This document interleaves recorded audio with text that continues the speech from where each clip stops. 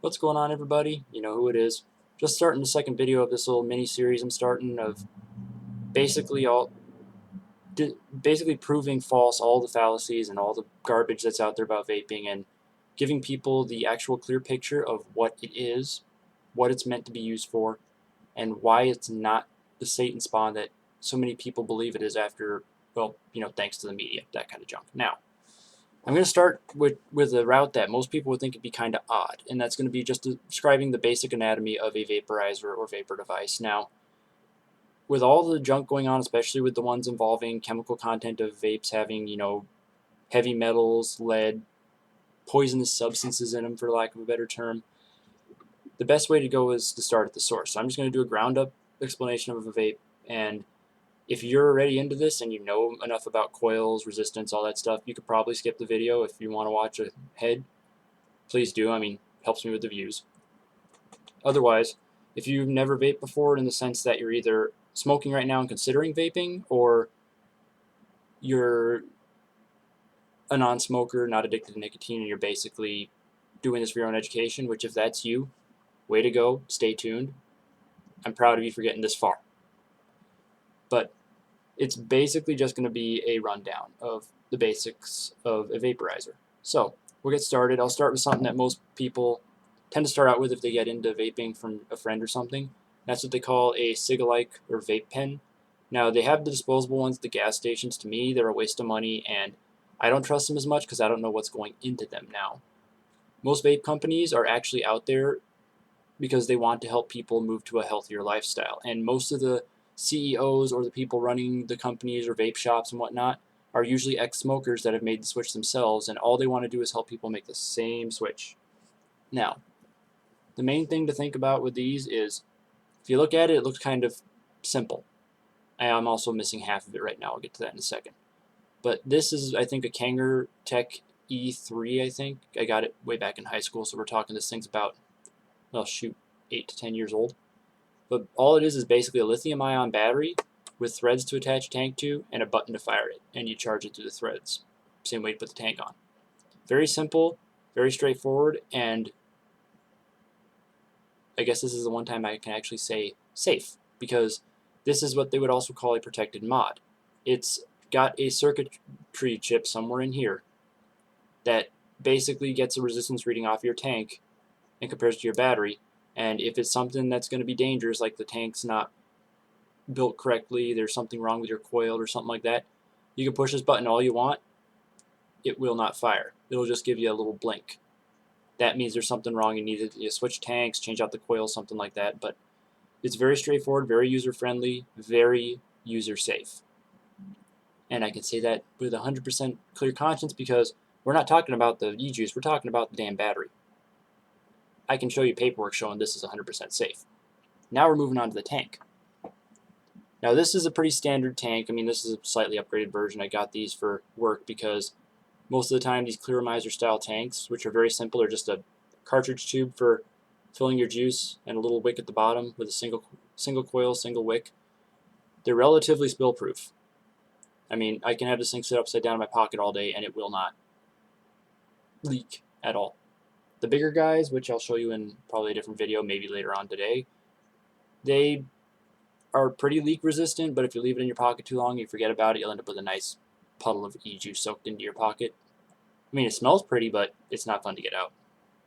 But anyways, I'll use one of my old tanks to kind of give you a breakdown here. Now we started from the ground up. We've got the battery, we've got the firing mechanism, we got the threads. Now this obviously screws right on here after you fill it up.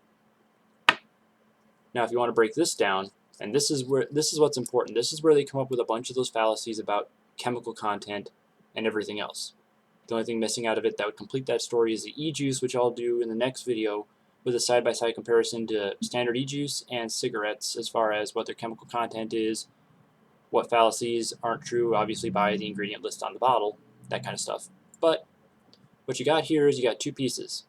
This is your tank. You basically fill that upside down. As you can see, it's got like a reservoir with a center hole in it.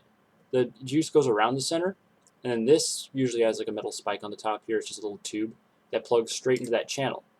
And then the rubber ring that sits around the top of these little forks here seals it up so you don't have any leak in there. Now inside this normally is your coil setup. Now I use this one for rebuilding because the tank started to leak. You can't see it really on the camera, but it's got a nice crack right there, so it likes to seep out. So I use this for a rebuilding base, which I'll do a video on rebuilding coils later for people that want to save a ton of money, especially when you're using bigger tanks, but these ones are also actually pretty good for spending efficiently too, because a replacement pack of the coil heads on these can be about 5 coils for 10 to 20 bucks, so it's not the cheapest thing in the world, but if you're using it on the daily, it pays for itself in comparison to cigarette packs. Now, what I've got here, if you look closely, crappy webcam, I apologize, that little metal dot in there is actually a cylindrical metal coil, which is the coil that I refer to all the time. Basically, a piece of wire is just wrapped around a certain number of loops, then you shove the cotton straight through that, let it stick out the sides a little bit. That's what pulls your e-juice into the coil, and the coil heats up, turns to vapor. For that part, I'll show you on a slightly bigger tank, and I'll go over this one in the other episode as well. But what I have here is a fancier mod. It's called a box mod anyways. It's just got a lot more stuff you can mess with. If you get started on the other one and you want to look for something that'll help you dial in your flavor, dial in the amount of vapor and all that, this is what you move on to next. But what I got attached to it is what they call an RDA, rebuildable drip atomizer. Slightly different from a tank, once again, next video. But what you got here is basically a blown up, larger scale version of what was in that tank. You got your coil, got the block it clamps into, and you obviously got your connection and firing mechanism, which is that button right there. Now, since the coil I have built properly, you'll see by the readout, when I press the button, it works. Now, this Clapton coil I can't do a very good demonstration because that extra wire insulation around it basically keeps it a mute color. But normally when you hit that button, this coil right here will turn cherry red. And that's the heat that pulls that juice through that cotton, turns it into the vapor, which you inhale instead of the tobacco smoke. Now, this is the source of all those fallacies, which I'll get into in that video about the hoaxes and all that. But this is the only thing that's a part of the what I call the vapor chain, because it's actually the path that the vapor comes from. Starts as liquid, goes through the coil, turns into the vapor, inhale. That's the only part of the vapor chain that actually has any kind of metal in it. Now, how they expect this to turn into vapor? It's solid metal. Only way you can do that is by skewing test results and basically putting this coil in a situation that would normally be dangerous, and anything with a protection circuit like that pen or this box will not allow it to do. It will not even allow the power to touch the base of the coil, because it'll be reading, oh my god, this is dangerous, the coil could explode, the battery could explode, we're not going to let it happen. 99% safe and efficient. You got as much chance of this blowing up in your face as you do of a cigarette blowing up in your face, which probably has happened once or twice in the hundreds of years they've been around, but I'm not going to look into specifics. It's not worth my time. But anyways, that's your basic anatomy of a vapor device. Now, obviously, just for a recap, battery, firing mechanism, tank, coil, and usually you have cotton or some wicking substance there, and then you've got either the tank that holds the juice reservoir, or in this case it's just a fancy cap, and then your mouthpiece. Very important part. But that is basically all there is. The only thing you're missing out of that is the e-juice, which I'm going to cover so much in the other videos, I'm not going to waste your time on this, but that, like I said, with this whole system, especially with the fact that most batteries are usually under a sealed container of some sort, aside from the e-juice, the only thing that could possibly come into play is that coil and the cotton going through it, which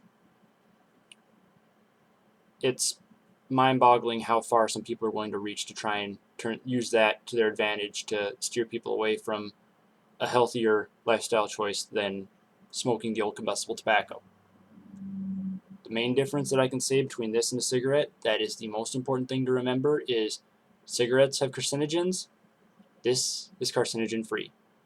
Do you want to play Russian roulette with cancer?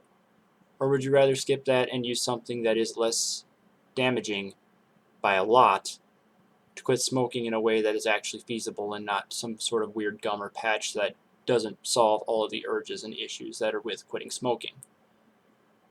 In my opinion, whether you use this short term or you're somebody like me who's got a little bit of a hitch and probably won't be able to fully get off of nicotine and might use this off and on through stress points in your life, I would much rather have to resort to this in its entirety than one of those tarballed burning pieces of garbage that I unfortunately used to stick in my mouth as well.